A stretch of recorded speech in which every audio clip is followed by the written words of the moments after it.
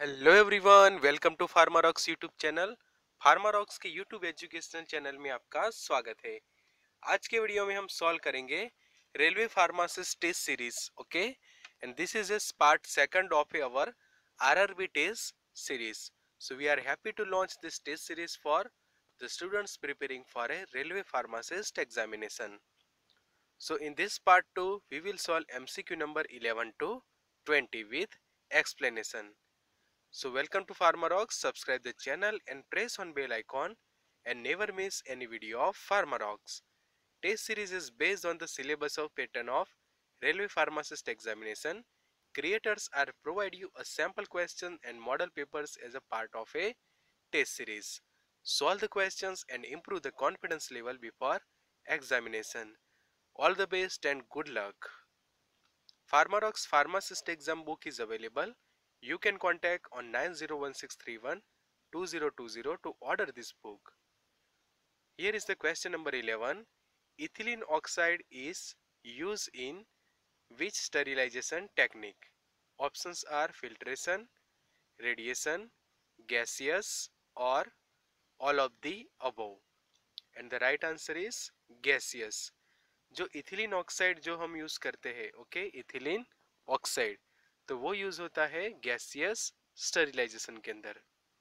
Okay, so ethylene oxide ETO sterilization is mainly used to sterilize medical and pharmaceutical products that cannot support conventional high temperature steam.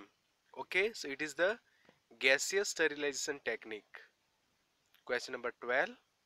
A metabolite of spironolactone is pregnenolol, corticosterone, candrinone, or aldosterone.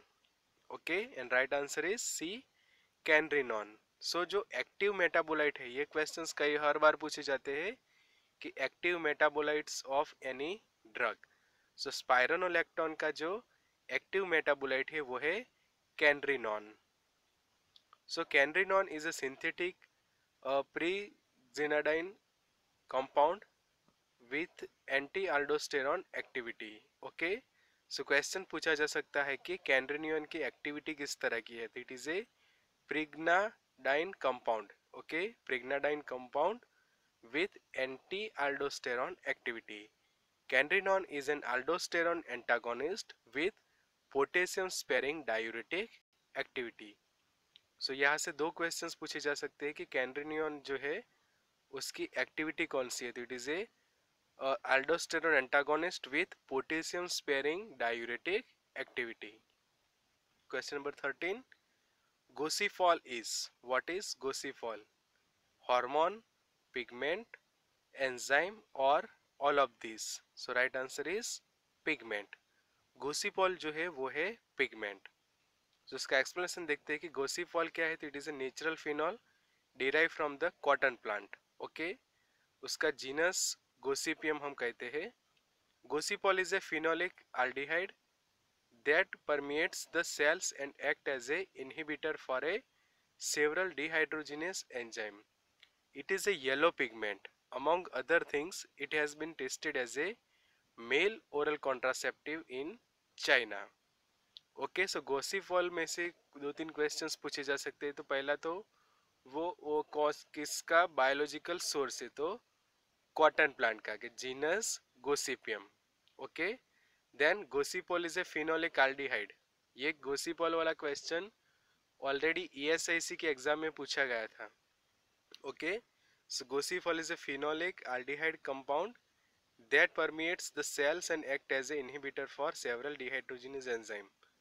ये कौन से colour का pigment तो है, but it is a yellow colour pigment. समझे कि pigment पर से क्वेश्चन पूछा जाए कि gossypol is which colour pigment. It is a yellow. उसका कलर जो है वो येलो कलर का पिगमेंट है. Next is the chemical shift in NMR is express in unit, parts per million, gauss, tesla और hertz. Okay, so parts per million is the right answer. ppm भी हम इसको कहते हैं, parts per million. So chemical shift in nuclear magnetic resonance. Okay, so chemical shift is associated with which spectroscopy, ये भी question पूछा जा सकता है कि केमिकल शिफ्ट कौन सी स्पेक्ट्रोस्कोपी के साथ एसोसिएटेड है, तो वो है NMR spectroscopy. The chemical shift is the resonant frequency of a nucleus relative to a standard in a magnetic field. Often the position and number of chemical shifts are diagnosis of the structure of a molecule.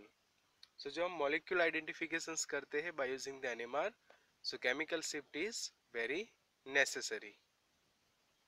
Next question 15. A positive Selvinov test is obtained with glucose, fructose, lactose or maltose, and right answer is fructose.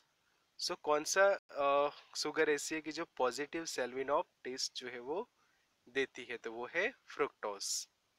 So Seliwanoff test जो है is a chemical test which distinguish between the aldose and ketose sugar, जो aldose sugar है and ketose sugar.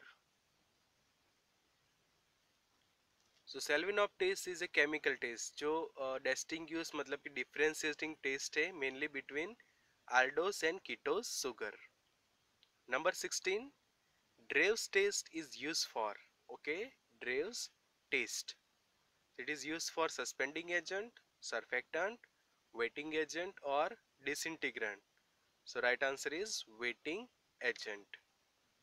So जो Drave's test है इसको Drave's wetting test कहा जाता है. Okay, और वो डिटरमाइन करता है जो टाइम जो रिक्वायर है, ओके कितना टाइम रिक्वायर है टू वेट एनी कंपाउंड. समझो कि it is the wetting test is determine the time necessary for wet cotton skin to sink in the wetting agent solution under the test. A 3-gram hook and a 5-gram skin of a grey cotton yarn are used at a 25 degrees Celsius in a Drave's test. Number 17. Usazone are not formed with glucose, fructose, sucrose or lactose. So right answer is sucrose. Sucrose जो है sugar उसके साथ osazone test जो है वो form नहीं होती, because osazone test क्या है वो पहले हम समझ लेते हैं कि osazone test, this test is use for the identification of sugars. It involves the reactions of monosaccharide with phenyl hydrogen. तो यहाँ पे ही क्लियर हो जाता है कि ओसाजोन टेस्ट है वो ओनली दे सकते हैं monosaccharides. Okay, phenyl hydrogen, phenyl hydrogen क्या है, अ crystalline compound. All reducing sugars form osazone with excess of phenyl hydrogen when kept at boiling temperature. Here sucrose is a disaccharide so it cannot form osazone taste. Okay, mainly तो क्या है monosaccharides के लिए है. Normally जो है वो glucose, fructose, lactose, galactose जैसी जो मोनोसैकेराइड शुगर से वो ओसाजोन टेस्ट जो है वो फॉर्म करती है, जबकि सुक्रोज क्या है, डाइसैकेराइड जो है.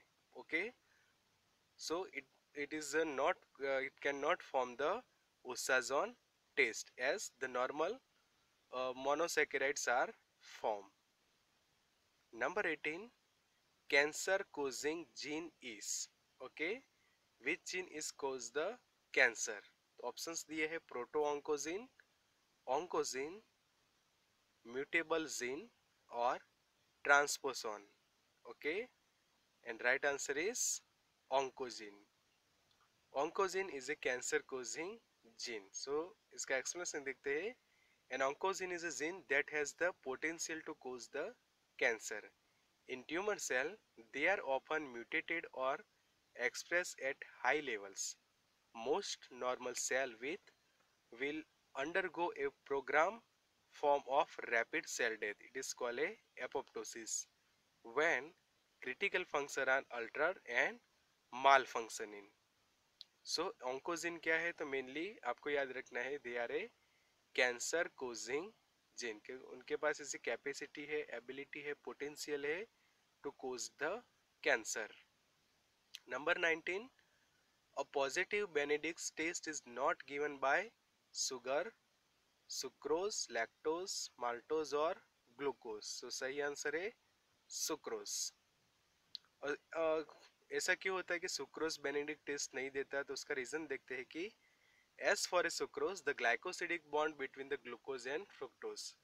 ओके, सुक्रोज कैसे बनता है? तो ग्लूकोज एंड फ्रुक्टोज वो दोनों एक दूसरे के साथ ग्लाइकोसिडिक बॉन्ड से ज्वाइन होते हैं। ये भी क्वेश्चन पूछे जाते हैं कि ग्लूकोज एंड फ्रुक्टोज के बीच कौन सा बॉन्ड होता है to form sucrose. This is a glycosidic bond, ये आपको याद रखना है। Next is it prevents the glucose portion from converting to the aldehyde form of fructose to the alpha hydroxy ketone form.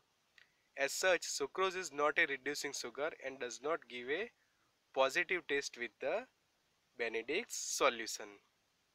Okay, so sucrose is not a reducing sugar. Sucrose जो है वो reducing sugar नहीं है. That's why it does not give a positive taste with a Benedict's solution. Number 20. In the mixing of thymol and menthol, the following type of incompatibility occurs: chemical, therapeutic, physical or tolerance incompatibility. So सही answer है physical incompatibility. समझो कि आप thymol and menthol दोनों को mix करते हो तो क्या होगा? दे विल गेट लिक्विफाइड, जिसे हम कहते हैं eutectic mixture. When a certain low melting point solids are mixed together, a liquid or soft mass known as a eutectic mixture is produced. Okay, जैसे समझो सेम थाइमोल और menthol के साथ ही ऐसा होगा। Below the room temperature and liberation of water of hydration, camphor, menthol, thymol, phenol, chloral hydrate and aspirins gives the eutectic mixture with each other. Okay, कि समझो कि आप कैम्फर मेंथोल मिक्स करते हो, मेंथोल थाइमोल, फिर chloral hydrate and aspirin mix करते हो तो आपको क्या मिलेगा? दोनों का लिक्विड या फिर दो सेमी सॉलिड मास आपको मिलेगा, जिसे हम कहते हैं यूटेक्टिक मिक्सचर। सो इस तरह की जो कंपेटिबिलिटी हमें मिलती है, इनकम्पेटिबिलिटी, इसको हम कहेंगे फिजिकल इनकम्पेटिबिलिटी। बिकॉज जब फिजिकली हम ये दो पाउडर्स को मिक्स करते हैं तो वो लिक्विड हो जाते हैं या फिर सेमी सॉलिड सॉफ्ट मास बनाते हैं। So thank you friends for watching. A message to join our WhatsApp group. Send your name and city name in 942618086. So thank you friends for watching. Share video, subscribe channel and press on bell icon.